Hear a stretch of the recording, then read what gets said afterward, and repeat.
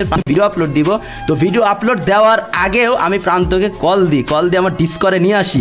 আমি কিন্তু প্রান্তকে ব্লক করছি কবে, এইসব প্রমাণ সব আমি দেখাইতে পারবো, সব আছে। সবই যদি এখন বলে দিই লাইভ স্ট্রিমে কী দেখাবো ভাই, লাইভে যে ডাকছে আমারে লাইভে দেখাইতে হবে না তোমাদের। তো যাই হোক, আমি বলি সত্য কথাগুলো বলে যাই, তারপর বাকিরা লাইভ স্ট্রিমে খেলা হবে। আমি কিন্তু প্রান্তরে সরাসরি বলছি যে আমি রাতের চ্যানেলে স্ট্রাইক মারবো। একটা কথা এইখানে যারা ব্রেন আছে বুঝতেছো, প্রান্তর মনে এখনও আছে যে আসলেও দাদা আমাকে কত আপন ভাবে, দাদা কি প্ল্যানিং করতেছে সব আমার বলতে। আসলে এটা প্ল্যানিং আমার ছিল যে রাতকে ও যা বলুক, রাতকেও বলুক এই ভয়েসগুলা ঠিক, আমি এটাই চাচ্ছিলাম। ইভেন কি আমি ভিডিও আপলোড দেবো এটাও প্রান্তকে বলি, রাতকে বলি না। তখন প্রান্ত রাতকে বলে দাদা কিন্তু ভিডিও আপলোড দেবে, রাতের মনে তখন জায়গায় যায় আমি যদি ভিডিও আপলোড দেই, আমরা দুইজন যা করেছি সব তো সামনে চলে আসবে বারা, এ কিয়া হো গিয়া বারা। তো তখন সে স্ট্রাইকের নাটক সাজায়। সে যে স্ট্রাইকের নাটক সাজাচ্ছে সেটার প্রমাণ যদি আমি এখন দিতে যাই, আমার ভিডিও তো অনেক বড় হবে। আমার প্রমাণ জমা করতেই 2 থেকে 3 দিন লেগে গেছে। তারপরে আমি যেখানে জব করি আমার মালিক একদিন আসছে, আইসা এইখানে একটু ওনাদের টাইম দেওয়া লাগছে। তো আমি কম্পিউটার ফেলাই রেখে চলে গেছিলাম। তো ওই টাইমে আমি ভিডিও এডিট মোড করে তারা মেবি 5-6 ঘন্টা ছিল ওইখানে। তো ওনারা যে আসছিল এই প্রমাণ আমি দিব কোথায়, আমার ব্লগ ভিডিওতে। আমার মালিককে তো আমি অভিনয় করে নিয়ে আসতে পারবো না, সে আমার মালিক। হ্যাঁ, সে আমার মালিক, এই প্রতিষ্ঠানের মালিক। আমি কোন প্রতিষ্ঠানে জব করি সব কিছু আমার ব্লগ ভিডিওতে আপলোড দিব।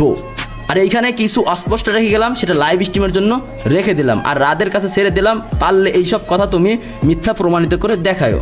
তো আমার ভাই বিরাদার এনার্জি ডাউন লাগতেছে ভয়েসের ভিতরে, কিন্তু আমি তো ডাউন হই নাই বড়। চলো আবারও শুরু করা যাক, ভিডিও এখনো শেষ হয় নাই। কই যাও তোমরা? ভাই রে ভাই, কে তুমি? ফ্ল্যাশব্যাক। এখন বাম সাইডে দেখো একটা টুর্নামেন্ট গ্রুপে, আমি প্রত্যেকটা গ্রুপে জয়েন আছি। আর এই প্রত্যেকটা টুর্নামেন্টে আমাকে স্লট দেওয়া হয়েছে ওই টাইমে যখন আমি স্কোয়াড বানাইছি। এখন এইখানে একটা বিষয় ক্লিয়ার হয়ে যায় যে আমি স্কোয়াড যদি না বানাইতাম, আমার যদি স্কোয়াড না থাকতো, আর আমার যদি যোগ্যতা কোনো কিছুই না থাকতো, এই সমস্ত টুর্নামেন্টে আমাকে স্লট দেওয়া হতো না।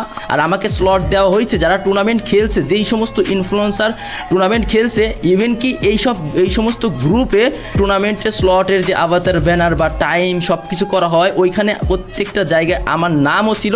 ওবায়দুল ভাই, হ্যাঁ জুল্লু বল। ওবায়দুল ভাই আপনার কাছে তো সব কিছু প্রমাণ আছে, আপনি গল্প বলে কেন শোনাবেন? আপনি সরাসরি প্রমাণ দেখান, প্রমাণ ছাড়া কোনো কথা হবে না। কারণ সে হচ্ছে বাংলাদেশের সব থেকে বড় ইউটিউবার, সে হচ্ছে আমাদের সবার ফেভারিট ইউটিউবার। তার ভিউর কাছে কেউ যাইতেই পারে না।